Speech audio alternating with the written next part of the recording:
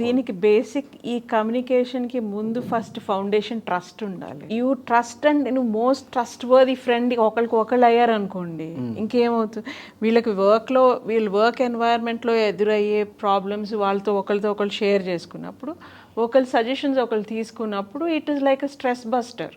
నీకు most trustworthy friend ఎవరు అంటే నీ పార్ట్నరే, నోబడీ ఎల్స్. అది కనుక మనం రియలైజ్ అయ్యామంటే, because you run a family, మీరిద్దరు ఫౌండేషన్ ఫర్ ద ఫ్యామిలీ, మీ ఇద్దరి మధ్య ఎంత మ్యూచువల్ ట్రస్ట్ ఉంటే, ఎంత మంచి బాండ్ ఉంటే అంత మంచిగా ఫ్యామిలీ బాగుంటుంది.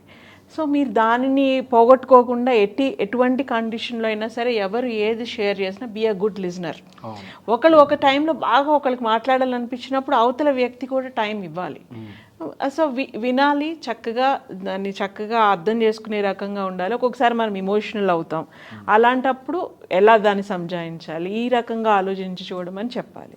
సో దానిని వేరే రకంగా వాడకూడదు. ఎవరైనా మనకి ఏదైనా కష్టం వచ్చినప్పుడు చెప్పారనుకోండి, దానిని మనం అడ్వాంటేజ్గా ఇంకో చోట ఉపయోగిస్తే ఇంకా ట్రస్ట్ ఏముంటుందండి. మిమ్మల్ని ట్రస్ట్ చేసి వాళ్ళు చెప్పారు, దానిని మనం అడ్వాంటేజ్ తీసుకోకూడదు. అఫ్కోర్స్ ఏదో మిస్అండర్స్టాండింగ్స్ అంతకుముందు అలా జరిగింది అనే మాటలు మళ్ళీ రావడం అనేది సహజంగా ఎక్కడైనా జరుగుతాయి. కానీ ఎవరైనా వ్యక్తిగతంగా కానివ్వండి, ఆఫీస్లో కానివ్వండి, ఎక్కడైనా మనకి ఎదురయ్యే సమస్యలు మనం ఒకరికొకరితో పంచుకున్నప్పుడు వాటిని మాత్రం మనం అడ్వాంటేజ్కి వాడుకోకూడదు. ఎందుకంటే specially in relationship like this, ఎందుకంటే it's mutual trust based relationship. So దీనిని మనం ఇట్లాంటి కొన్ని ఎథిక్స్ ఫాలో అవ్వాలి.